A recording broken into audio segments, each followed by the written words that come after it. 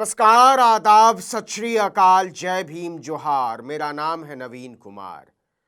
हम अगर आपसे पूछें कि यूक्रेन इस समय रूस से ज्यादा नफरत करता है या अमेरिका से, तो आपका जवाब क्या होगा? आपका जवाब कुछ भी हो, लेकिन अगर अपने इतिहास से बेखबर कोई राष्ट्राध्यक्ष किसी ताकतवर देश की उधार की ताकत के दम पर अपने देश की जनता के सीने पर चढ़कर इतिहास से बगावत करता है, तो उसके साथ वही होता है जो यूक्रेन के राष्ट्रपति व्लादिमीर जेलेंस्की के साथ हो गया है। इस समय जेलेंस्की और यूक्रेन से जितनी नफरत रूस नहीं करता, उससे कहीं ज्यादा अमेरिका कर रहा है। हालत यह है कि जिस अमेरिका के दम पर जेलेंस्की ने अपने देश पर रूस से युद्ध थोप दिया, उसे खंडहरों में बदल डाला, वही अमेरिका यूक्रेन को धमका रहा है कि अपनी औकात में रहो। अब यह बात खुल गई है कि डोनाल्ड ट्रंप किसी भी तरह से यूक्रेन के उस खजाने पर कब्जा करना चाहते हैं जिसे अमेरिका के हाथ में सौंपने का मतलब होगा यूक्रेन के आत्मसम्मान को बेच देना। आपको बता दें कि जब से डोनाल्ड ट्रंप सत्ता में वापस लौटे हैं, वो लगातार व्लादिमीर जेलेंस्की पर हमला बोल रहे हैं। जो धोखेबाजी की इंतहा है वो ये कि उन्होंने जेलेंस्की को ही रूस यूक्रेन युद्ध के लिए जिम्मेदार ठहरा दिया है, और इससे भी दिल नहीं भरा तो एक तबाह देश का नेतृत्व कर रहे जेलेंस्की को तानाशाह तक करार दिया। क्यों? क्योंकि जेलेंस्की घुटनों पर बैठकर अमेरिका पर अपने देश का आत्मसम्मान न्योछावर करने में हिचकिचा रहे हैं, और इस पर डोनाल्ड ट्रंप का धैर्य जवाब दे रहा है। जो इंतहा है वो ये कि डोनाल्ड ट्रंप जेलेंस्की से बात तक नहीं करना चाहते और रूसी राष्ट्रपति पुतिन के साथ जमकर पींगे बढ़ा रहे हैं। आपको बता दें कि डोनाल्ड ट्रंप ने यूक्रेन पर उसके खनिज संसाधनों से जुड़े एक समझौते को तोड़ने का आरोप लगाते हुए अंजाम भुगतने की चेतावनी दे डाली है, जबकि सच ये है कि वो समझौता आधिकारिक तौर पर कभी अंजाम तक पहुंचा ही नहीं। आपको बता दें कि 19 फरवरी को ट्रंप ने एक प्रेस कॉन्फ्रेंस में पत्रकारों के सामने यूक्रेन पर बरसते हुए कहा कि उसने समझौता तोड़ा है। ट्रंप का दावा है कि जब अमेरिकी वित्त मंत्री स्कॉट बेसेंट केवल एक हफ्ते पहले यूक्रेन की राजधानी कीव गए थे, तो यूक्रेनी अधिकारियों ने इस समझौते को लगभग मंजूर कर लिया था, लेकिन फिर बेसेंट के साथ रूखा व्यवहार किया गया और समझौते से इनकार कर दिया गया। देखिए कि ट्रंप खुद मान रहे हैं कि समझौता हुआ ही नहीं, सिर्फ बातचीत हुई और अंततः यूक्रेन ने इनकार कर दिया, लेकिन बावजूद इसके वो जेलेंस्की को वादा खिलाफ बता रहे हैं और उन्हें धमका रहे हैं। जरा समझिए कि कैसे जेलेंस्की बुरी तरह फंस गए हैं अमेरिका के जाल में, और न केवल फंस गए हैं बल्कि अमेरिका के भरोसे उन्होंने अपने पूरे देश को बर्बाद कर डाला। रूस के साथ 3 साल के युद्ध में, बल्कि कहना चाहिए 10 साल के युद्ध में, खुशहाल और समृद्ध यूक्रेन खंडहरों के देश में तब्दील हो चुका है। तो आखिर वो समझौता क्या है जिसके टूटने से ट्रंप उस देश को धमकाने पर उतर आए हैं जिसने रूस जैसे सबसे करीबी और ताकतवर देश को अपना दुश्मन बना लिया? यह भी समझिए कि कैसे यह विशुद्ध तौर पर अमेरिकी गुंडागर्दी है।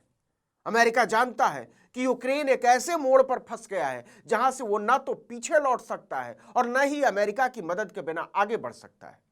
जब तक जो बाइडेन अमेरिका के राष्ट्रपति थे, जेलेंस्की आंख मूंदकर अमेरिका के भरोसे रूस से भिड़ते रहे, लेकिन डोनाल्ड ट्रंप अब इस मदद के एवज में एक तरह से यूक्रेन को अमेरिका का उपनिवेश बनाना चाहते हैं। इसके लिए अमेरिका ने एक समझौता तैयार किया। इस समझौते के तहत अमेरिकी सैन्य सहायता के बदले में यूक्रेन अमेरिका को अपने दुर्लभ खनिज संसाधनों को अमेरिका के हवाले कर देगा। इस प्रस्ताव के अनुसार यूक्रेन अपने दुर्लभ खनिजों जैसे टाइटेनियम, लिथियम और अन्य महत्वपूर्ण खनिजों के अधिकारों का एक बड़ा हिस्सा अमेरिका को सौंप देगा।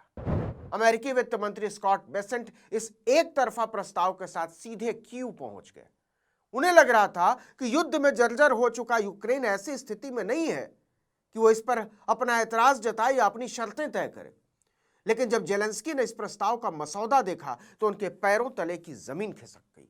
उन्होंने फौरन अपने अधिकारियों और मंत्रियों से पीछे हटने को कहा और अमेरिकी वित्त मंत्री के सामने अपनी कड़ी आपत्ति दर्ज कराई।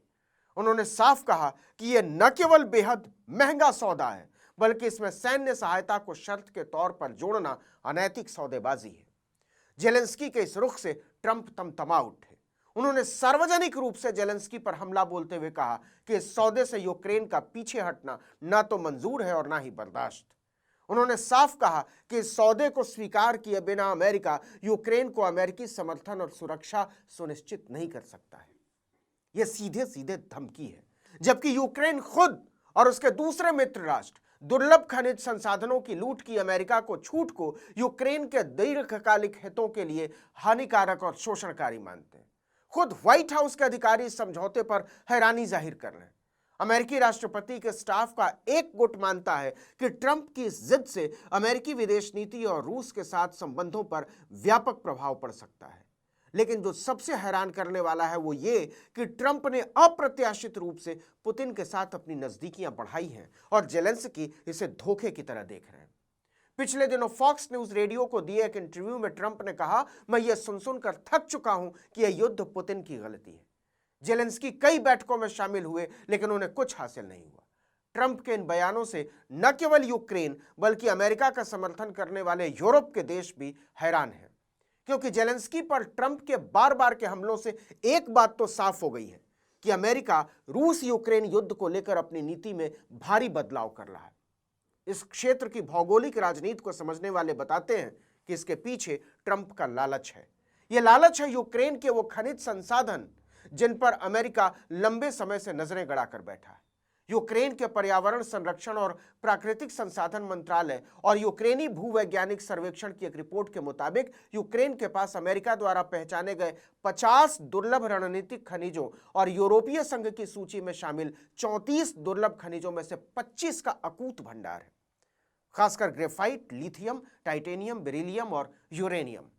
ट्रंप को लगता है कि सैन्य सहायता के बदले यूक्रेन के खनिज संसाधनों को अब लूटा जा सकता है। फाइनेंशियल टाइम्स की एक रिपोर्ट के अनुसार ट्रंप ने कहा कि यूक्रेन हमारे 500 अरब डॉलर की मदद का कर्जदार है। इसमें खनिज भंडार, ईंधन और बंदरगाह जैसे इंफ्रास्ट्रक्चर का इस्तेमाल तक शामिल है, जबकि हकीकत में 2014 से लेकर अब तक अमेरिका ने यूक्रेन को कुल 69 अरब डॉलर की सैन्य सहायता दी। इसका मतलब यह हुआ कि ट्रंप मदद के नाम पर यूक्रेन को अपना गुलाम बनाने की योजना बनाकर बैठे हुए। यूक्रेन पर कब्जा करने की अमेरिकी चालों का खुलासा नहीं होता अगर म्यूनिख सुरक्षा सम्मेलन में जेलेंस्की ने खुद ट्रंप की पोल न खोली होती। उन्होंने न्यूज एजेंसी एपी को बताया कि मैंने खुद अपने मंत्रियों को अमेरिका के साथ समझौते पर हस्ताक्षर करने से रोका, क्योंकि मेरी राय में यह समझौता हमारी रक्षा और हितों के लिए ठीक नहीं था। क्योंकि यूक्रेन का संविधान कहता है कि देश की भूमिगत संपदाएं वहां के नागरिकों की है और कोई भी सरकार सीधे उनका सौदा नहीं कर सकती। बावजूद इसके ट्रंप का सीधे यूक्रेन को धमकी पर उतर आना दिखाता है कि आंख मूंदकर स्थापित अंतर्राष्ट्रीय नीतियों को किसी दूसरे देश के भरोसे ताक पर रख देना कितना भयावह हो सकता है।